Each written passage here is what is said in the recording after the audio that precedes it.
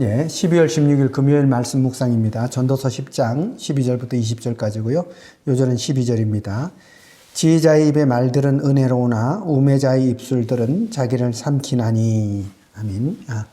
우매한 자의 어리석음을 계속해서 설명하는 가운데 있습니다. 먼저 지혜자의 입의 말들은 은혜로우나 우매자의 입술은 자기를 삼킨다.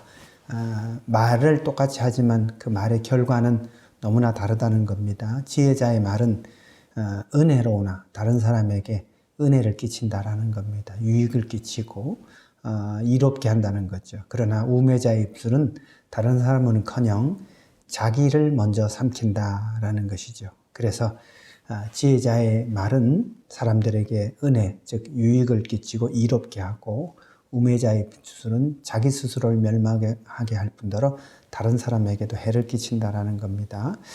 우매자의 말의 시작은 우매요, 결말은 미친 것이라. 아주 직설적이죠. 우매자가 말하는 것, 시작은 우매요, 결말은 미친 것이다 라는 것입니다. 그러니 그 얼마나 우매자의 말이 악영향을 미치는지, 얼마나 그 우매자의 말이 어리석은 것인지, 허무한 것인지를 잘 설명하는 그런 말이죠. 우매자는 말을 많이 하거니와 사람은 장래일을 알지 못한다. 그렇습니다.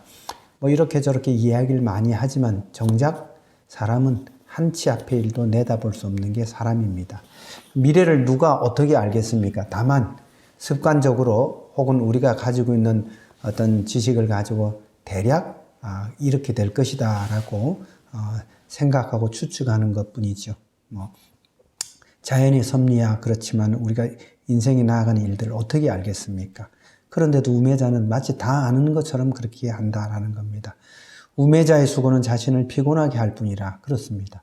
우매자가 이미 출발이 우매한데, 출발이 어리석은데 그 수고는 무슨 소용이 있겠습니까? 그래서 자기를 피곤하게 할 뿐이다 라고 결론 내리는 겁니다. 나라에 대해서도 간단하게 대조적으로 설명합니다. 왕은 어리고 대신들은 아침부터 잔치하는 나라여 화가 있다. 요즘 말하면 망하는 나라, 망하는 집안, 대표적인 모습이죠. 왕은 어리고, 어리다는 건 이제 나이가 어리다는 건데 생각이 짧다라는 거죠. 대신들은 아침부터 잔치한다.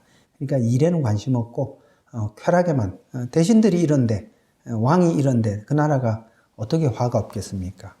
반대로 복이 있는 나라는 어떻냐 하니까 왕은 귀족의 아들이요. 여기서 귀족의 아들이라는 것은 잘 교육을 받고 자라났다는 겁니다. 대신들은 정한 때에 기력을 위해서 먹는 나라요. 그렇죠? 정한 때에 기력을 위해서 먹는 나라. 필요하니까 식사를 한다라는 것이죠. 그런 나라는 복이 있다라는 겁니다. 절제하고 어떤 규범에 따라서 아주 잘 움직이는 그런 모습을 보여주는 거죠. 게으른즉 석가래가 내려앉고 손을 놓은즉 집이 새느니라.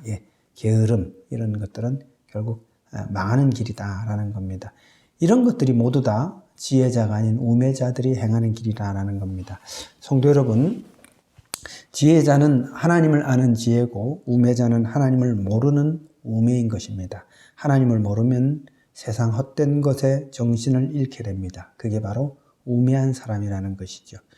그러나 지혜자는 하나님을 알고 하나님을 섬기는 지혜가 있는 것입니다. 그러므로 그의 지혜가 귀하고 많은 사람에게 은혜가 되는 것입니다.